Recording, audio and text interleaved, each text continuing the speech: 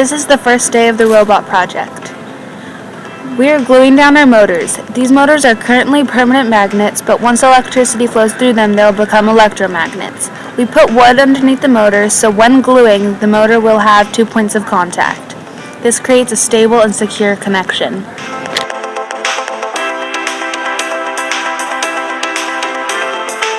This is the second day of the robot project. We are setting up our switches that will allow the robot to react to obstacles and turn accordingly. We used a wire bender to bend the switch so we can slip on the metal pieces that will hold the whiskers in place.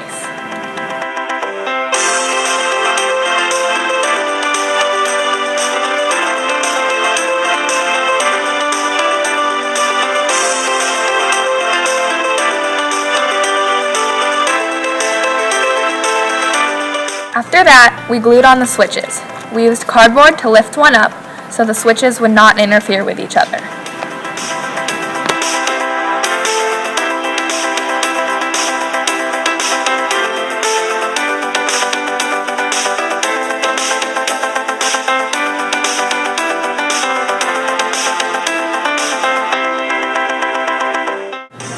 This is the third day of the robot project. This is the day where we learn to solder. Soldering is a process in which 2 or more metal items are joined together by melting solder, which is iron, into the joint. First, we practiced using cheaper wires.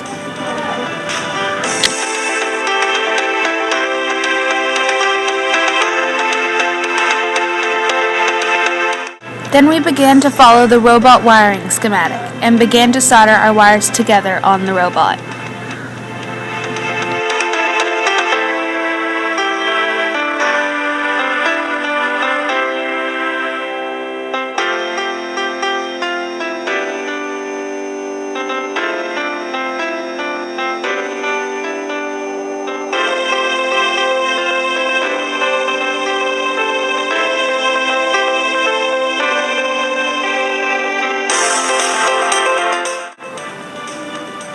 This is day 4 of the robot project.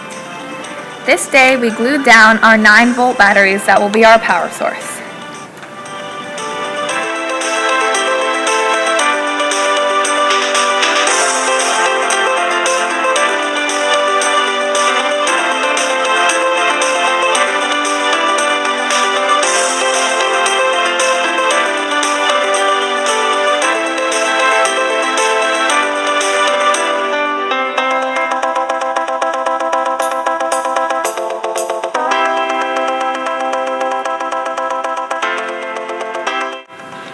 We then continued to solder, following the robot schematic.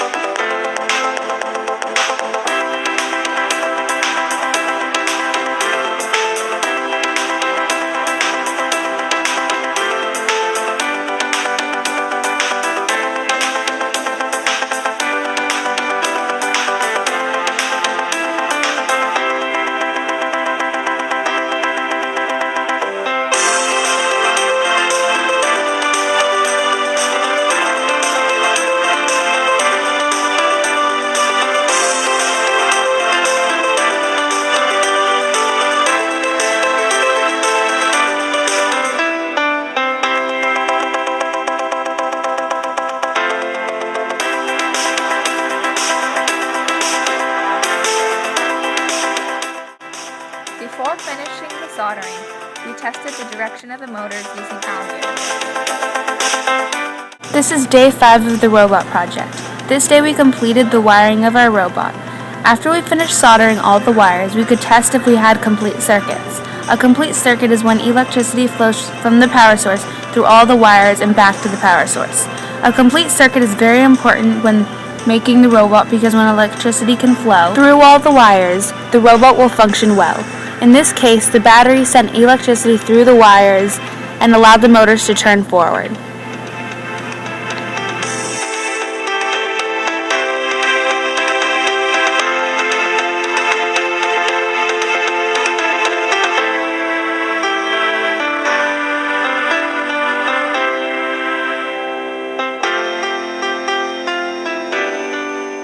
day, we used a heat gun to attach shrink wrap.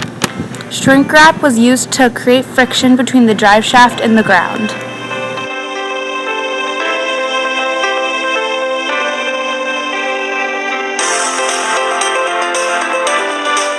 The whiskers were attached to the switches using the crimping tool. We squeezed the tool to safely secure the whiskers into the two metal pieces attached to the switches.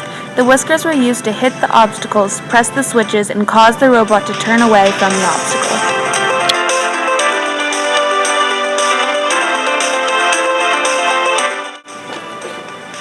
These were the final days of the robot project.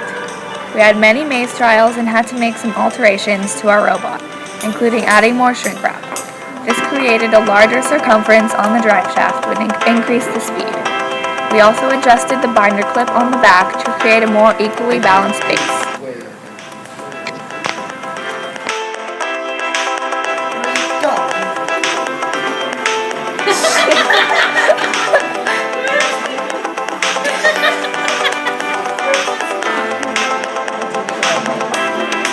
Yeah, but you have 9% left. The battery? Yeah. Battery? Go!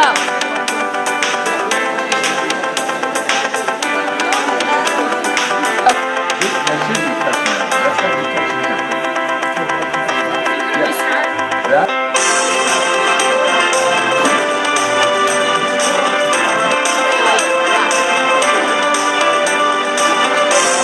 Crap, guys!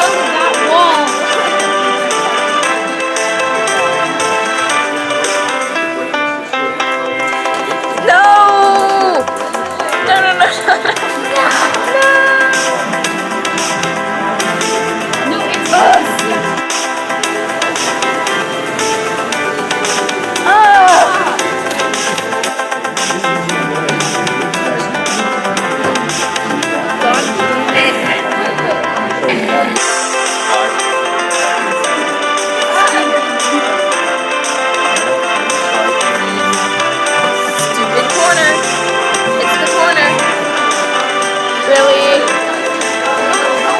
Don't put it so close. No. Oh!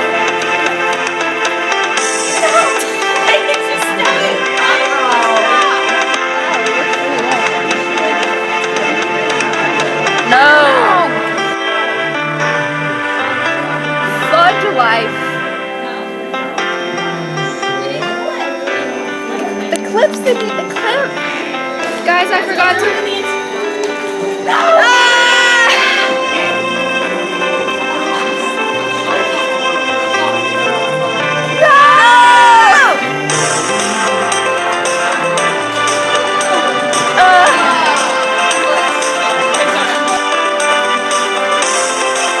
Oh no, we timed it.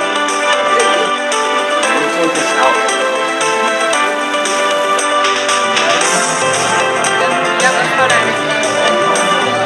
Slowly but surely.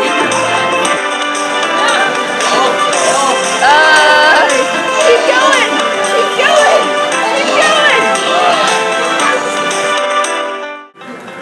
Finally, we got our final time of 12.07 seconds. 3, 2, 1, go.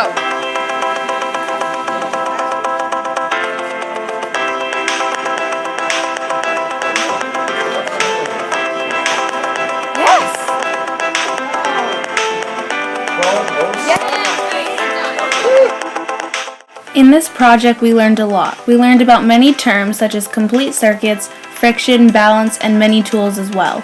We really enjoyed doing this project together, and it has so much relevance to a modern-day teen's life because of all the electricity and technology we have.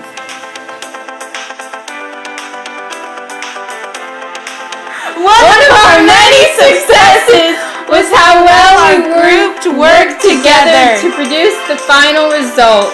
I know that was a success because Our project had many guys, you have to respect me and the iPad. This is a very serious project to produce our final result. You could have ignored me. You guys started laughing